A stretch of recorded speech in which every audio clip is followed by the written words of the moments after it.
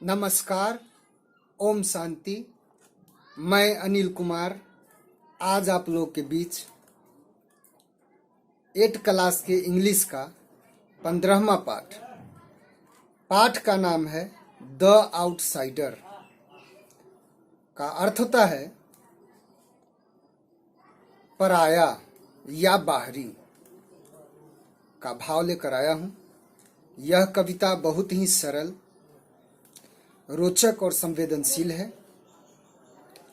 इस कविता में मूल रूप से हमारे समाज में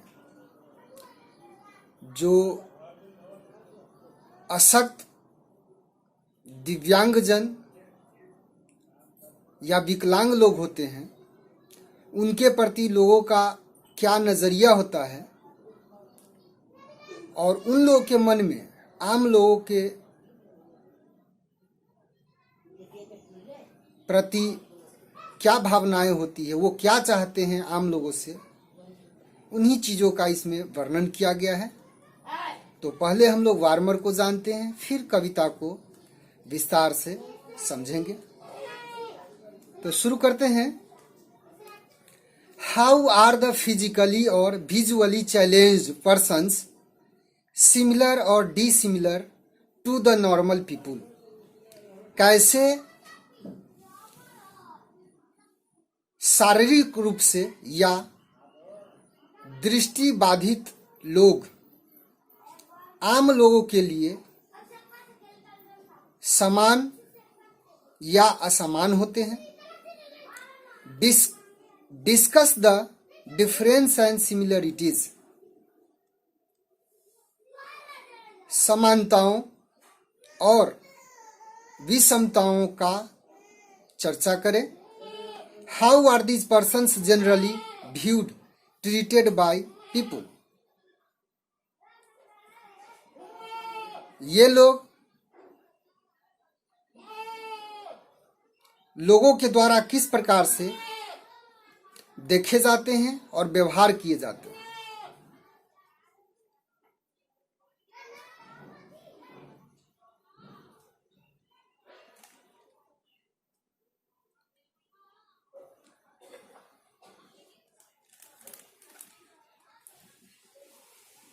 कविता है।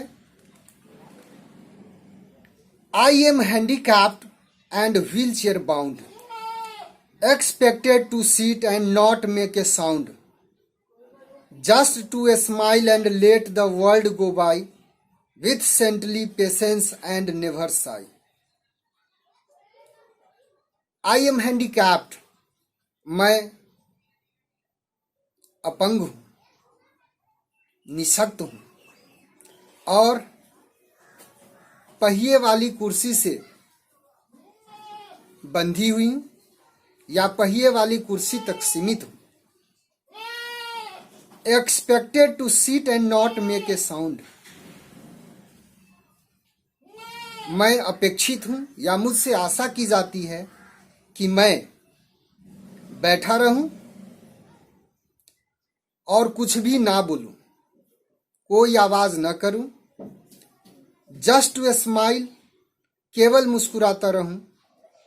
And let the world go by, और लोगों को अपने करीब से जाने दूं, संसार को गुजर जाने दूं बगल से।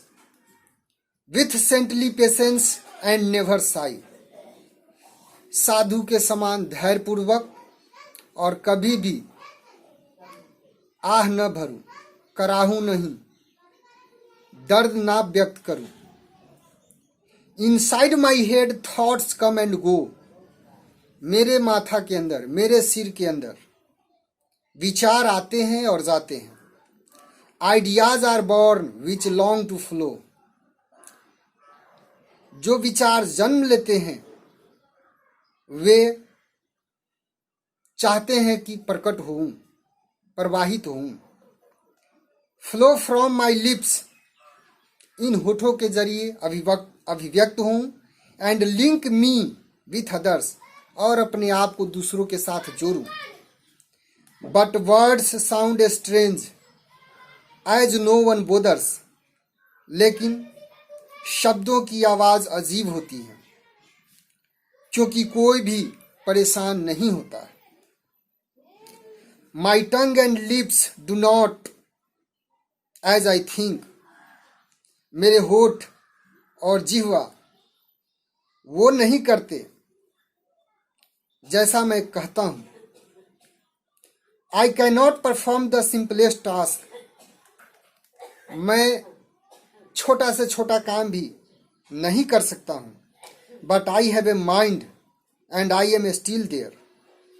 किंतु मेरे पास मन है और मैं अभी भी वहां हूं। Don't lock me out in your ignorance there.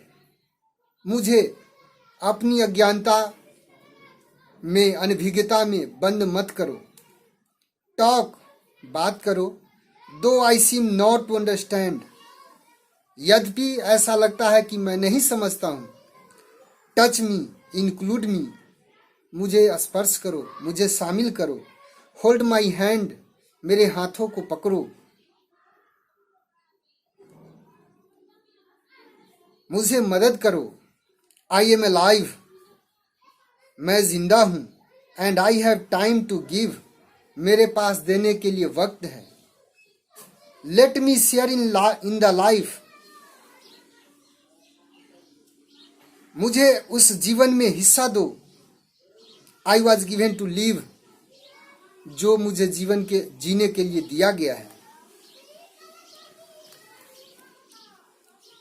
और इस प्रकार से इस कविता का भाव पूरा होता है।